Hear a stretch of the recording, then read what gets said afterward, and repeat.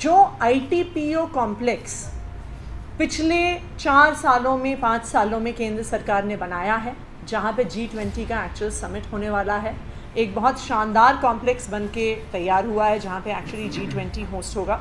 और ऐसा शानदार कॉम्प्लेक्स बनाने के लिए मैं केंद्र सरकार को बधाई देना चाहती हूँ।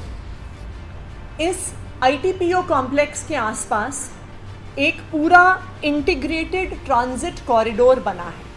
एक ऐसा इंटीग्रेटेड ट्रांजिट कॉरिडोर बना है जो ना सिर्फ लॉन्ग रन के लिए वहाँ पे ट्रैफिक की समस्या को सुलझाएगा, बल्कि G20 के जो सारे डेलीगेट्स आ रहे हैं वो कैसे सिक्योर तरीके से ITPO कॉम्प्लेक्स के अंदर पहुँच सकें।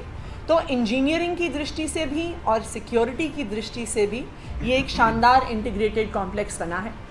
ये इंटीग्रेटेड कॉम्प्लेक्स केंद्र सरकार द्वारा ITPO द्वारा फंडेड है, पर इस पूरे प्रोजेक्ट को, जो ये पूरा इंटीग्रेटेड कॉरिडोर बना है जिसको हम टनल्स के नाम से जानते हैं, ये पूरा कॉम्प्लेक्स दिल्ली सरकार की PWD ने एग्जीक्यूट किया है।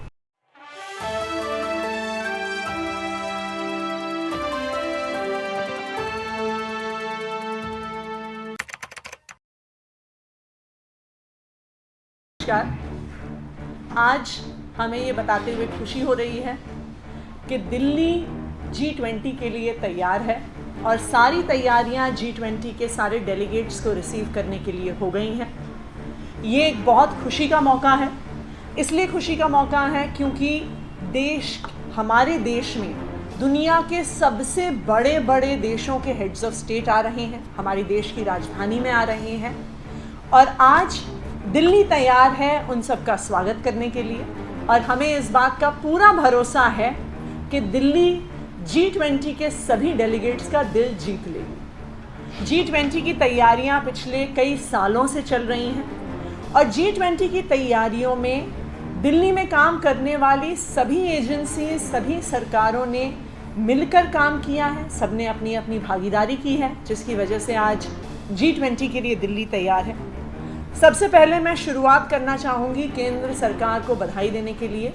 जो ITPO कॉम्प्लेक्स पिछले 4 सालों में 5 सालों में केंद्र सरकार ने बनाया है, जहाँ पे G20 का एक्चुअल समिट होने वाला है, एक बहुत शानदार कॉम्प्लेक्स बन के तैयार हुआ है जहाँ पे एक्चुअली G20 होस्ट होगा। और ऐसा शानदार कॉम्प्लेक्स बनाने के लिए मैं केंद्र सरकार को बधाई देना चाहती हूँ। इस ITPO कॉम्प्लेक्स के आसपास एक पूरा इंटीग्रेटेड ट्रांजिट कॉरिडोर बना है। एक ऐसा इंटीग्रेटेड ट्रांजिट कॉरिडोर बना है जो ना सिर्फ लॉन्ग रन के लिए वहाँ पे ट्रैफिक की समस्या को सुलझाएगा, बल्कि G20 के जो सारे डेलीगेट्स आ रहे हैं वो कैसे सिक्योर तरीके से ITPO कॉम्प्लेक्स के अंदर पहुँच सकें। तो इंजीनियरिंग की दृष्टि से भी और सिक्योरिटी की दृष्टि से भी ये एक शानदार इंटीग्रेटेड कॉम्प्लेक्स बना है। ये इंटीग्रेटेड कॉम्प्लेक्स केंद्र सरकार द्वारा ITPO द्वारा फंडेड है, पर इस पूरे प्रोजेक्ट को, जो ये पूरा इंटीग्रेटेड कॉरिडोर बना है जिसको हम टनल्स के नाम से जानते हैं, ये पूरा कॉम्प्लेक्स दिल्ली सरकार की PWD ने एग्जीक्यूट किया है। जैसा आप जानते हैं, जो मेन टनल है वो इंडिया गेट से रिंग रोड तक जाता है। इस मेन टनल से डायरेक्ट एंट्री ITPO कॉम्प्लेक्स में है, जो सिक्योरिटी की दृष्टि से बनाई गई है। 5 अंडरपासेस इस कॉम्प्लेक्स में हैं। और जब ये टनल बनाया जा रहा था, ये इसलिए भी इंजीनियरिंग मार्वल है क्योंकि उसके सेम टाइम पर पूरा ITPO का कंस्ट्रक्शन भी चल रहा था। उसको डिसरप्ट किए बिना उस कॉम्प्लेक्स के नीचे से ये सारा इंटीग्रेटेड ट्रांजिट कॉरिडोर निकल के जाता है। और ये दिल्ली वालों के लिए एक मैं PWD के इंजीनियर्स को इसके लिए धन्यवाद कहना चाहूँगी कि उन्होंने एक ऐसा शानदार इंजीनियरिंग स्ट्रक्चर बनाया है जो आने वाले समय में भी दिल्ली को और दिल्ली की मेन क्रॉसिंग्स को जाम मुक्त बनाने में एक बहुत बड़ी भूमिका निभाएगा। इसके अलावा जो G20 के एरियाज़ हैं उनकी तैयारी में पिछले कई सालों में बहुत मेजर जो स्ट्रेचेस हैं उनकी लैंडस्केपिंग, रीडिज़ाइनिंग, ब्यूटिफिकेशन करवाई गई है PWD द्वारा। इसमें जो मेजर स्ट्रेचेस हैं कि जब आप एयरपोर्ट से सेंट्रल दिल्ली की तरफ आते हैं तो जो सारा रिंग रोड का स्ट्रेच है वहाँ पे मोती बाग, आर के पुरम वगैरह को, उस पूरे स्ट्रेच को रीडिज़ाइन करवाया गया है, जिसे हम यूरोपियन स्टैंडर्ड्स के सड़कों से कंपेयर कर सकते हैं। औरोबिंदो मार्ग, विकास मार्ग, लोधी रोड, राजघाट, सारे G20 एरियाज़ में रोड्स का रीडिज़ाइन हुआ है। ये ना सिर्फ G20 के डेलीगेट्स का स्वागत करेंगी, पर आने वाले समय में दिल्ली में एक लैंडमार्क पीस ऑफ इंफ्रास्ट्रक्चर की तरह जानी जाएंगी। इवन जो पूरा भैरव मार्ग है, which is just outside the ITPO complex, उसको भी रीडिज़ाइन किया गया है, पूरे को ब्यूटिफाई किया गया है, उसमें पूरे लेन्स को रीडिज़ाइन करके और भैरव मार्ग को ब्यूटिफाई किया गया है। 10 ऐसी सड़कें हैं जो बिल्कुल नई बनाई गई हैं, जो भी G20 के लिए तैयारी में बनाई गई हैं। इसमें भैरव मार्ग, पुराना किला रोड, उलान बतौर मार्ग, Mathura road, Mehrauli Badarpur road, JB टीटो मार्ग, हमारी रिंग रोड में IP फ्लाईओवर से हनुमान सेतु वाला एरिया, माल रोड से किंग्सवे कैंप चौक का एरिया, रिंग रोड में IP फ्लाईओवर से भैरव मार्ग का एरिया और नेताजी सुभाष चंद्र मार्ग। इन सब सड़कों को भी इनका इंफ्रास्ट्रक्चर रीडेवलप किया गया है। इसके अलावा काफ़ी एक्सटेंसिव ब्यूटिफिकेशन हुआ है, जो दिल्ली वाले देख सकते हैं। PWD की सड़कों पर 31 स्टैचूज़ इंस्टॉल हुए हैं, 90 फाउंटेन्स इंस्टॉल हुए हैं और G20 की तैयारी में PWD ने 1,65,000 पौधे लगाए हैं। कुछ ये प्लांटेशन डायरेक्टली इन सीटू हुआ है, कुछ ये पॉटेड प्लांट्स के तौर पे पूरी दिल्ली में देखा जा सकता है। लाइट्स रिप्लेस हुई हैं, डेकोरेटिव लाइटिंग लगी है और मैं बहुत खुशी के साथ कह सकती हूँ कि और गर्व के साथ कह सकती हूँ कि अब दिल्ली G20 के डेलीगेट्स को रिसीव करने के लिए तैयार है।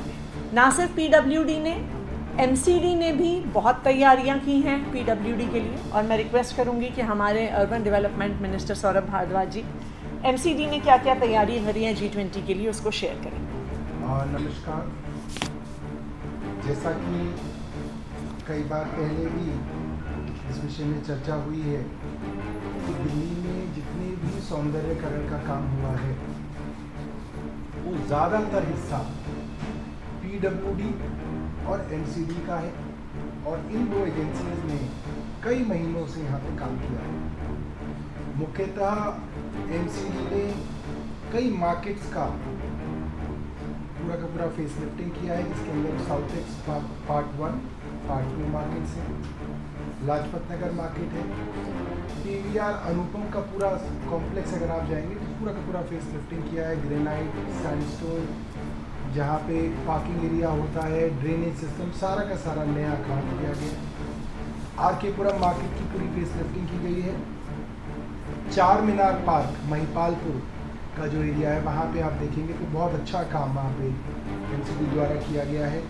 जो हमारी M ब्लॉक मार्केट है GK2 की, उसके अंदर एक G20 पार्क डेवलप किया गया है।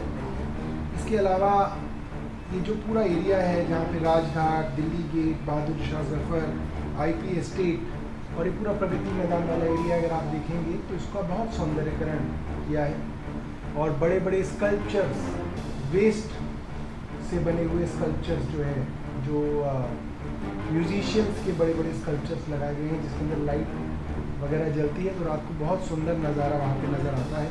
और इसके अंदर करीब 250 मीट्रिक टन स्क्रैप इस्तेमाल करके ये स्कल्पचर्स बनाए गए हैं। बहादुर शाह जफर मार्ग पे शहीदी पार्क भी इसी तरीके से स्क्रैप से बहुत सुंदर शहीदों को याद करते हुए एक पार्क बनाया गया है।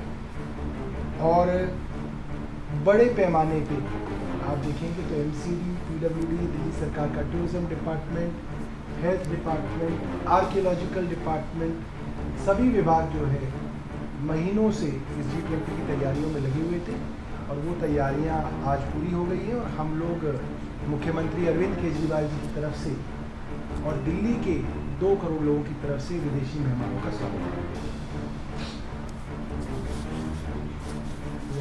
सारे काम जो भी G20 को लेकर होने थे सब आज पूरे हो गए हैं। दिल्ली अब तैयार है G20। सर, आप लोग ये कहा गया था कि G20 के दौरान आप लोगों को दिक्कतें नहीं लगी, लेकिन हालात ये बने हैं कि आप दिल्ली, सेंट्रल दिल्ली छोड़ दीजिए, दूरदराज के इलाकों में लोग जो जाम में फंसे रहे?